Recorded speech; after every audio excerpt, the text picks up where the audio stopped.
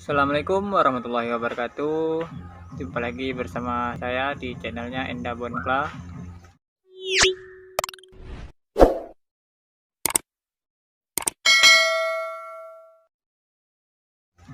Apa kabar sahabat bonsai kelapa dimanapun berada? Semoga dalam keadaan sehat tanpa kurang suatu apapun. Sebelumnya saya mohon maaf kepada teman-teman, pada rekan-rekan dan yang selama ini yang sudah menunggu konten-konten saya. Dalam beberapa hari sebelumnya saya tidak sempat membuat video, membuat konten karena ada halangan. Mungkin bagi teman-teman yang sering menghubungi saya pasti tahu apa alasan saya tidak ada konten dan juga tidak ada menjual bahan-bahan kembar. Kali ini saya pun hanya merekomendasikan koleksi-koleksi saya yang ada beberapa buah saja, karena saya tidak banyak mengkoleksi, hanya ada beberapa buah. Ada tunggal, ada jenis kelapa kembar, dan juga ada cabang.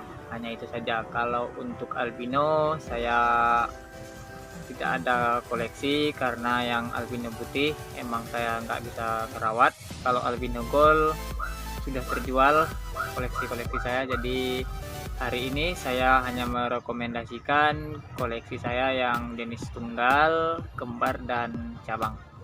Baiklah, kita lihat saja satu persatu koleksi-koleksi saya yang jenis tunggal, kembar, dan cabang. Oke, baiklah, sebelumnya bagi yang baru bergabung, jangan lupa klik tombol subscribe, like, dan komen. Jangan lupa share video ini. Nah, dan yang pertama saya tunjukkan koleksi saya yang jenis tunggal. Ini kalau dibilang umur ini paling tua mungkin dari koleksi-koleksi saya yang tunggal, karena ini mungkin sudah berumur sekitar 3 tahun, tapi ini bukan asli saya dari nol. Saya dikasih teman, sudah berusia sudah 2 tahun setengah dikasih teman, dan saya hanya program pengkerdilan daun, dan inilah hasilnya. Program pengkerdilan daun. Kalau untuk batok sudah tidak ada lagi. Saat ini saya melakukan ground akar, karena ini akarnya tidak sangat minim, jadi saya melakukan ground akar saat ini. Dan untuk program kerdil mungkin sudah termasuk kerdil ya, mungkin bagi saya. Nah, untuk yang ini sebenarnya bukan koleksi saya, ini jenis minion. Ini ada salah satu teman saya yang hobi bonsai kelapa dan belum tahu cara ngerawat. Jadi dia pas dapat bahan minion, dia kasih ke saya untuk memprogramnya dari program akar sampai program daun.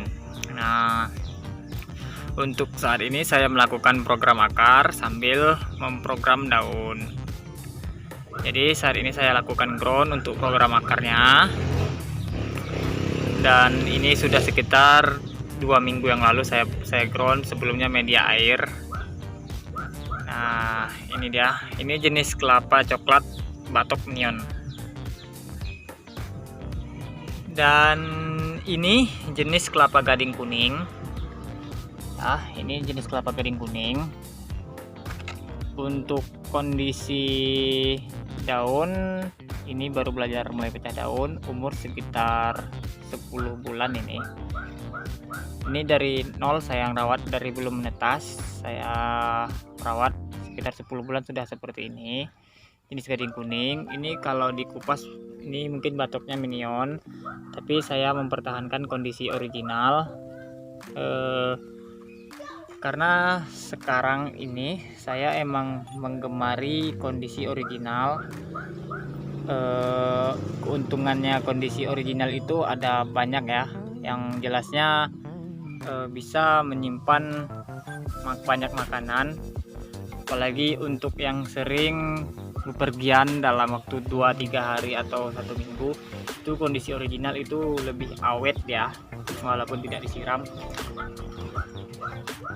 Nah, di sebelahnya ada juga jenis hibrida kuning ya, hibrida kuning. Ini juga sebenarnya ini minion, tapi saya kondisikan original.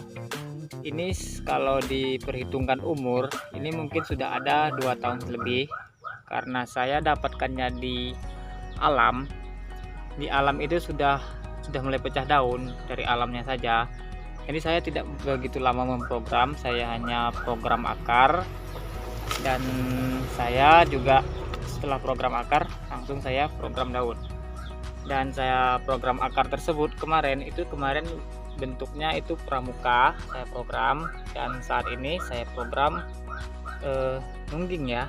Ini dia, kelihatan dari batoknya ini. Dan ini ada satu akar baru, jadi saya kasih bantuan kain terus biar dia cepat menua. Dan ini dia juga ada koleksi saya yang jenis tunggal. Ini jenis gading oren nih. Ini sangat jauh sekali datangnya. Ini dari Bekasi, walaupun jenis tunggal. Ini dari Bekasi, saya dikirimi dari senior dari Bekasi. Sebelumnya ini saya bungkus batoknya dan banyak menghasilkan akar baru. Sekitar ada 5 akar baru. Dan saat ini saya buka bungkusnya karena saya merasa sudah cukup melakukan program akarnya, jadi saya lakukan bantuan media air agar akar tetap jalan. Kenapa saya bilang cukup untuk melakukan program akar? Karena bagi saya kalau terlalu banyak akar, nanti batoknya hilang seni. Ini tinggal melakukan pengecatan, kita tinggal menunggu ini akar-akar sampai ke media. Terus setelah akar media sampai ke media, kita menunggu akar tua, baru kita lakukan cat batok dan cat akar, begitu. Dan ini juga sebelahnya ada jenis gading oren. Kalau ini lokal Riau ya. Ini memang saya sudah tidak pernah lagi program akar, emang sudah cukup bagi saya seperti ini. Jadi saya tidak pernah melakukan program akar lagi. Saat ini saya hanya melakukan program daun ya. Saat ini daun sudah bisa dikatakan hampir full pecah daun, Ini kalau umur saya kemarin dapat juga dari masih tunas, umur sekitar baru 1 tahun ini. Dan namanya kita yang tidak tahu jenis kelapa itu seperti apa, ada juga yang cepat, ada juga yang lambat pecah daun. Nah, sebelahnya juga jenis gading oren. Ini dia. Ini juga sudah pecah daun, juga hampir full pecah daun. Ini juga masih baru sekitar 10 bulan. Ini umurnya. Kalau untuk bonggol, ini belum terlihat bonggol sekali ya, sama sekali belum terlihat bonggol. Karena dia masih kondisi original ya. Nah, yang saya sebutkan tadi, kalau kondisi original ini menangnya itu banyak sekali. 3 hari sampai 1 minggu pun kita tidak menyiram, kondisi original lebih awet. Nah, beranjak kita ke bagian kembar. Nah, kita beranjak ke bagian kembar. Ini ada kembar 2 jenis original, jenis kelapa coklat original. Ini sebenarnya saya pertahankan bentuk originalnya, hanya kupas sebagian saja. Dan ini tidak menggunakan apa-apa ya, ini tidak menggunakan pot, tidak menggunakan media, hanya kondisi original. Dan ini saya kasih lem agar sabutnya lebih keras, terlihat juga lebih mengkilap.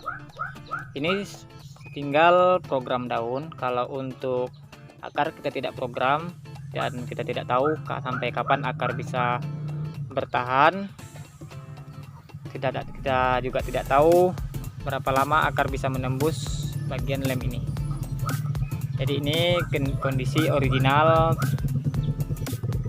Kalau sabutnya itu tidak terlalu jumbo ya, ini sedang. Nah, sebelahnya juga ada kembar, ini jenis gading kuning. Ini saya masih program akar, posisi cengkram, jadi saat ini saya tidak bisa buka gimana kondisi akarnya. Kalau untuk daun itu kurang sehat, bagi saya kurang sehat. Dan untuk kondisi tunas pun, tunas sekalipun, ini kondisi tunasnya juga kurang sehat. Kondisi tunasnya kecil nih, lebih besar jempol tangan saya. Nah, untuk mengetahui jenis tunas yang sehat dan yang kurang sehat dan yang tidak sehat sama sekali, nanti akan saya kasih tahu bagaimana ciri-ciri tunas itu sehat, kurang sehat, dan tidak sehat, ciri-ciri tunas. Nah, kalau yang di sebelahnya juga kembar dua juga.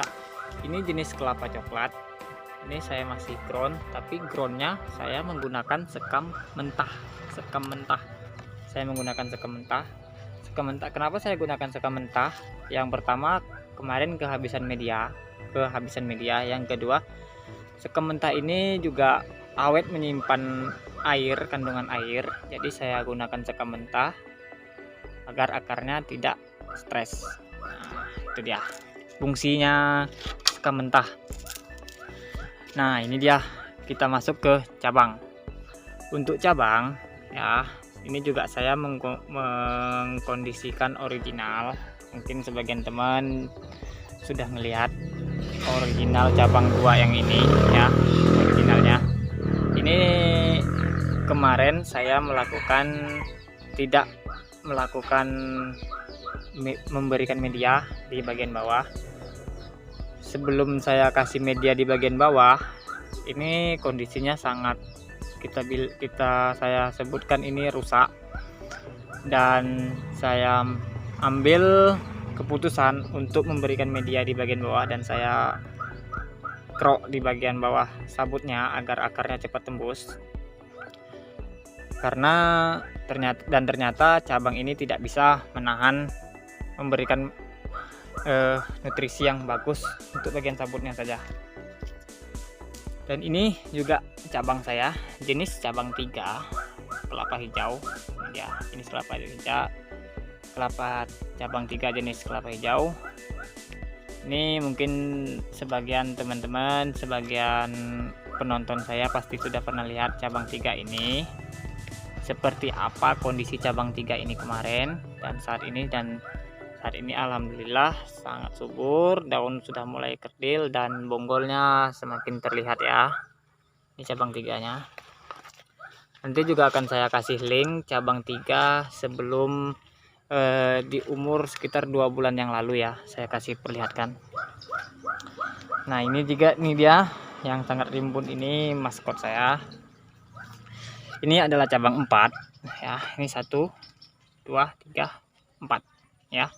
Ini cabang 4, dan kondisinya 2 bulan yang lalu mungkin teman-teman juga pernah lihat di konten saya sebelumnya seperti apa kondisinya. Dan saat ini saya sebutkan ini kondisinya sangat subur, walaupun saya sebutkan ini cabang. Biasanya cabang itu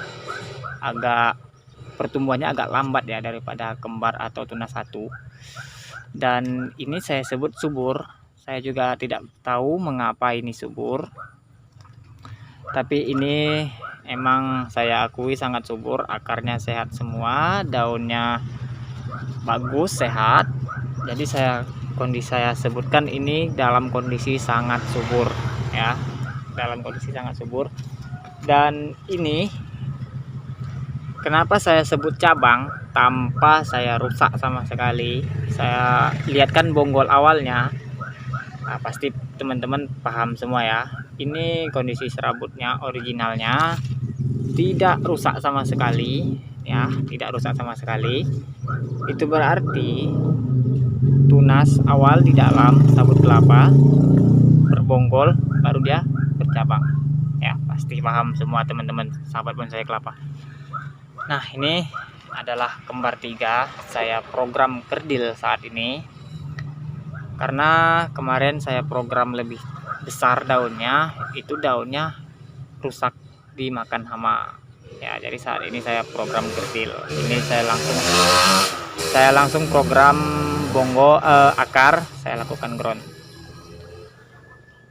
Nah, ini adalah koleksi saya.